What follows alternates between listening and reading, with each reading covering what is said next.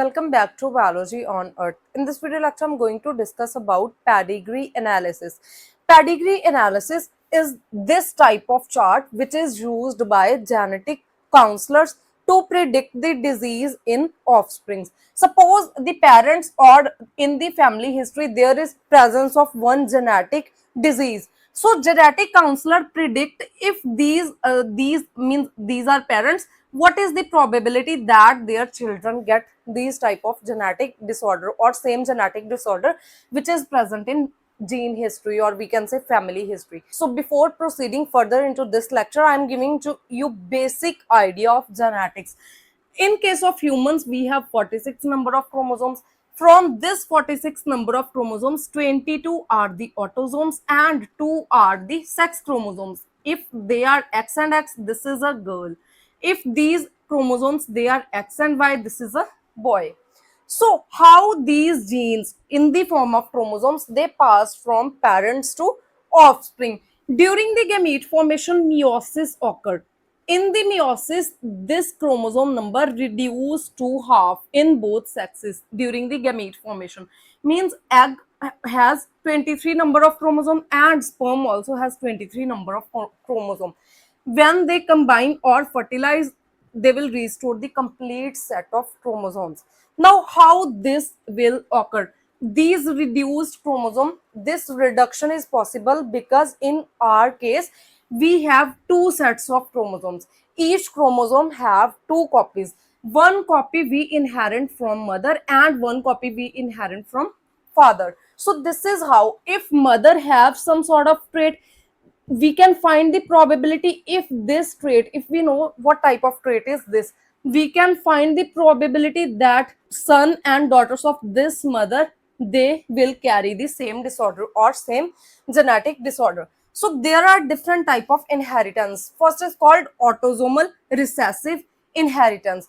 Now there are two type of traits. One are called the dominant traits. Dominant traits means if these traits they are expressed even in the presence of recessive trait. This is a dominant character and this is a recessive character. If the trait is dominant, then even in the presence of this recessive character, the dominant जो character है ये अपना जो इस अपने आप को express करेगा. If the trait is recessive, then what will happen? This is a recessive trait, but in the presence of this dominant trait, the recessive trait is unable to express itself.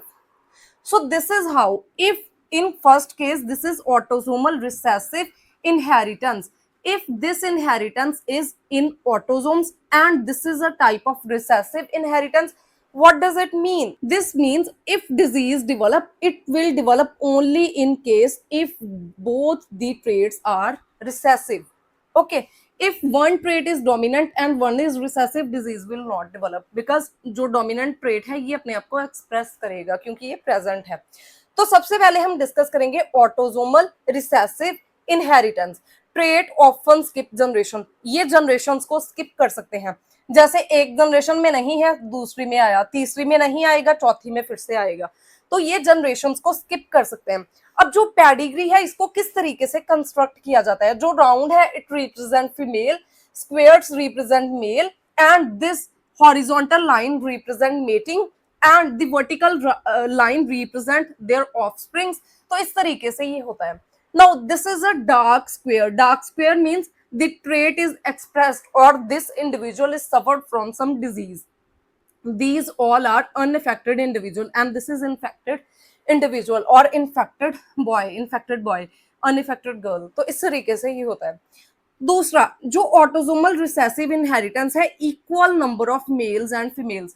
जितने भी autosomal trait हैं, जब हम कोई pedigree को analysis को जो है एनालाइज करते हैं, सपोज कि यहाँ पे पेरेंट्स हैं और इनके डिफरेंट ऑफस्प्रिंग्स हैं.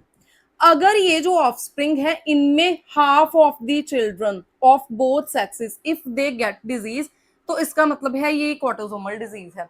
जो आपकी सेक्स क्रोमोसोम रिलेटेड डिजीज होती है ये सिंगल सेक्स को ज्यादा इफेक्ट करती हैं. As compare to the both sexes.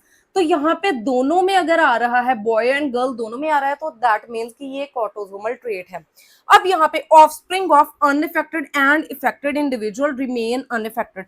अब यहाँ पे क्या है कि एक अनइफेक्टेड इंडिविजुअल है, मीन्स इसमें जो है ये अनइफेक्टेड है, इसमें डोमिनेंट एलील्स हैं, और दूसरा जो है ये अफेक्टेड इंडिविजुअल है। अफेक्टेड कौन सा होगा? जिसमें दोनों ही रिसेसिव होंगे, तभी डिजीज जो है ये अपना ट्रेट शो करेगी, बिकॉज ये रिसेसिव इनहेरिटेंस है।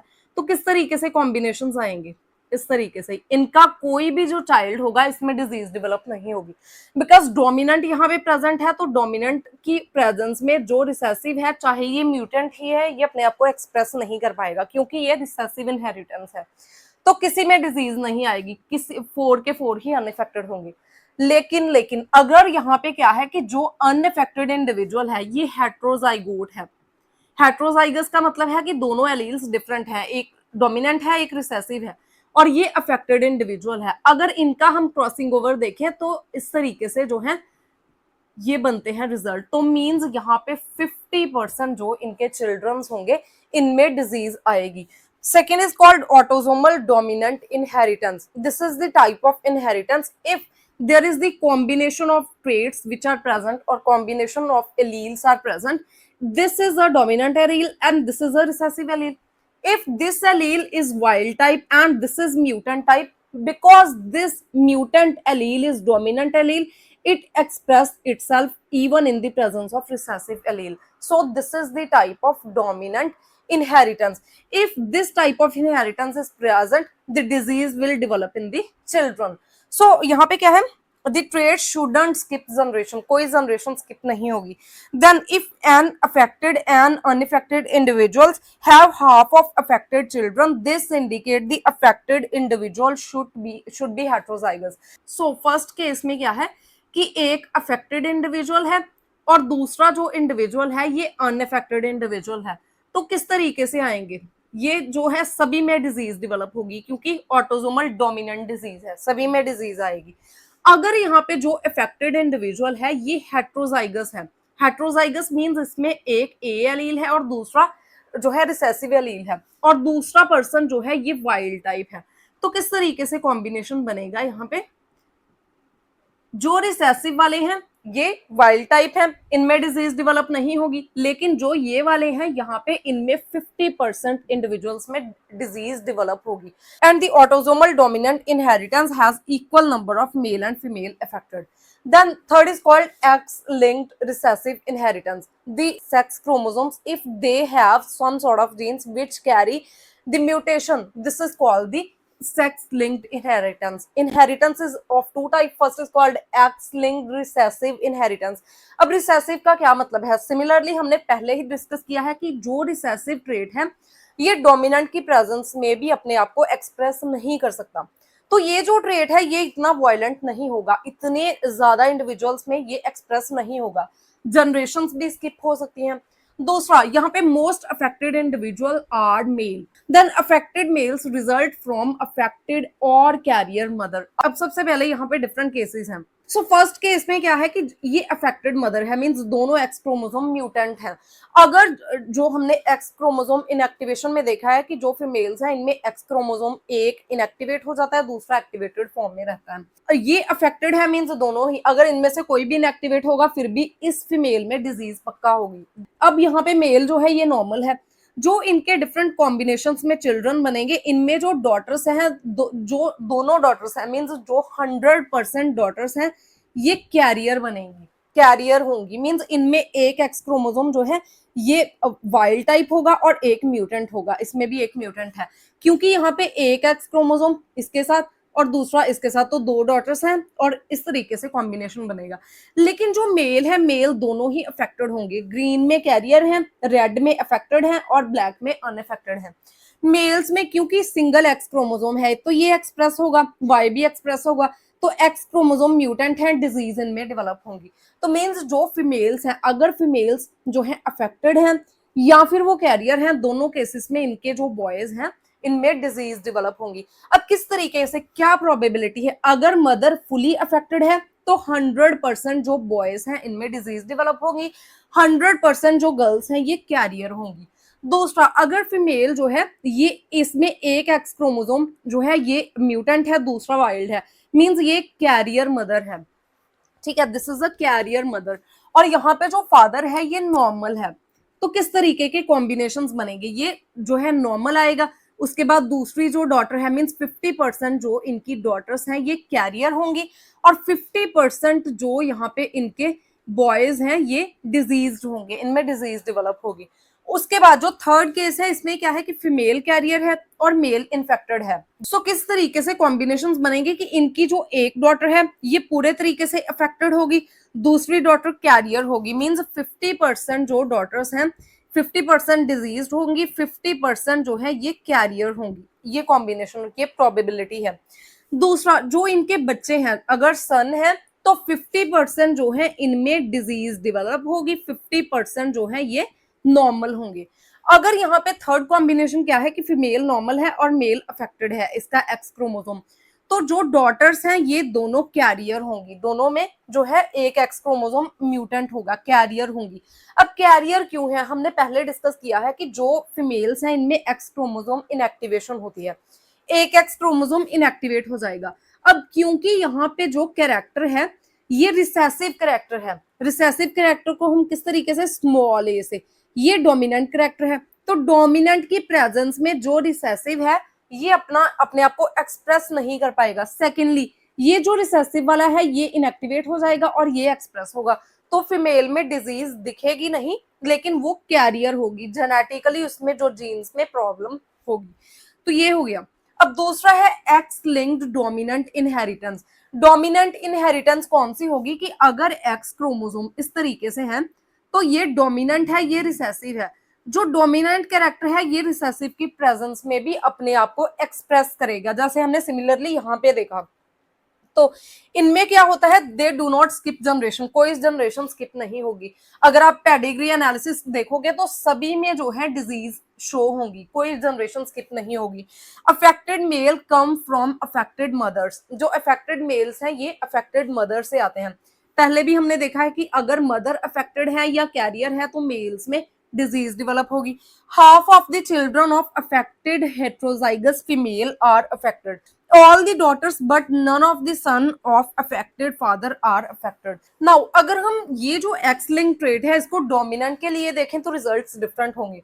फर्स्ट क्रॉस में क्या है कि फीमेल अफेक्टेड है और मेल अनअफेक्टेड है, और इसमें डॉटर्स इस तरीके से आएंगी। अब ये जो डॉटर्स हैं ये कैरियर नहीं होंगी, ये अफेक्टेड डॉटर्स होंगी यहाँ पे, क्योंकि जो ट्रेट है वो डोमिनेंट ट्रेट है। डोमिनेंट ट्रेट का क्या मतलब है कि अगर रिसेसिव ट्रेट प्रेजेंट भी है फिर भी वो जो ट्रेट है वो अपने आप को एक्सप्रेस करेगा। अगर यहाँ पे ए है और यहाँ पे ए है तो इसकी रिसेसिव की प्रेजेंस में भी डोमिनेंट ही एक्सप्रेस करेगा अपने आप को। तो अगर फीमेल अफेक्टेड है तो जो 100% इसके चिल्ड्रन हैं, दोनों डॉटर्स एंड जो बॉयज हैं ये अफेक्टेड होंगे, इनमें डिजीज होगी। सेकेंड केस क्या है कि अगर मदर यहाँ पे अफेक्टेड है, ये अफेक्टेड मदर है लेकिन इसे हम बोलते हैं हेट्रोजाइगस अफेक्टेड मदर, तो अगर ये हेट्रोजाइगस है तो 50% जो चिल्ड्रन है इनमें डिजीज डेवलप होंगी। और अगर हम इसका भी देखें तो 50% जो गर्ल्स हैं ये बिल्कुल नॉर्मल होंगी, 50% में डिजीज डेवलप होंगी, 50% बॉयज बिल्कुल नॉर्मल होंगे, 50% में डिजीज डेवलप होगी। तीसरे केस में क्या है कि जो फीमेल है ये हेट्रोजाइगस है इस ट्रेट के लिए और मेल अफेक्टेड है, बिकॉज मेल में एक ही एक्स क्रोमोसोम है, तो यहाँ पे भी ए है और यहाँ पे ए एंड स्मॉल ए है। तो अगर यहाँ पे फीमेल कैरियर भी है तो इसको हम कैरियर नहीं लेंगे यहाँ पे, क्योंकि अगर ट्रेट डोमिनेंट है तो ये डिजीज पक्का डेवलप होगी इसमें भी। तो क्या प्रोबेबिलिटी बनती है कि जो 75% इसके चिल्ड्रन हैं इस मदर के, अगर मदर अफेक्टेड है और फादर भी अफेक्टेड है और मदर अफेक्टेड है लेकिन हेट्रोजाइगस है, तो 75% चिल्ड्रन में डिजीज डेवलप होंगी। इनमें से जो जो यहाँ पे डॉटर्स की प्रोबेबिलिटी है ये 100% है कि 100% डॉटर्स में डिजीज डेवलप होंगी, और अगर मेल है तो इसमें जो है प्रोबेबिलिटी 50% है। अगर यहाँ पे फीमेल नॉर्मल है और मेल जो है ये अफेक्टेड है तो किस तरीके से, अब अगर फादर अफेक्टेड है तो डॉटर्स में डिजीज पक्का डेवलप होगी, 100% जो डॉटर्स हैं इनमें डिजीज डेवलप होंगी, ये जो है ये 100% नॉर्मल ही रहेंगे जो बॉयज हैं। तो इस तरीके से जो X linked dominant and X linked recessive है, इनमें डिजीज आती है. Next type of inheritance is Y linked inheritance. It affect only males because Y chromosome is present only in males, and all the children or all the sons of affected father will have this disease. This is the y type inheritance. जो y chromosome है ये affected है, तो x जो daughters जो हैं इनमें तो x ही पास होगा, तो ये इनमें कोई डिजीज नहीं होगी. लेकिन जो सन है दोनों में यहाँ से ही y आएगा, तो दोनों में ही इन्फेक्शन होगी या फिर डिसऑर्डर डेवलप होगा.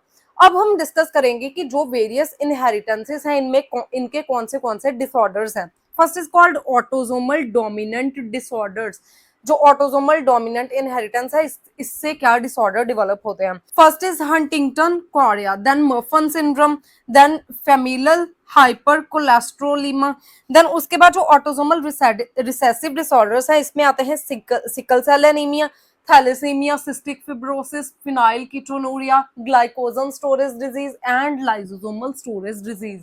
फिर अब हम डिस्कस करेंगे एक्स लिंक्ड डोमिनेंट ट्रेट्स को. तो X linked dominant disorders they include the incontinentia pigmenti, then vitamin D resistant rickets and Rett syndrome. उसके बाद जो एक्स लिंक्ड रिसेसिव डिसऑर्डर्स हैं इनमें आते हैं haemophilia A, haemophilia B, then glucose 6 phosphate dehydrogenase deficiency, then fragile X syndrome and color blindness.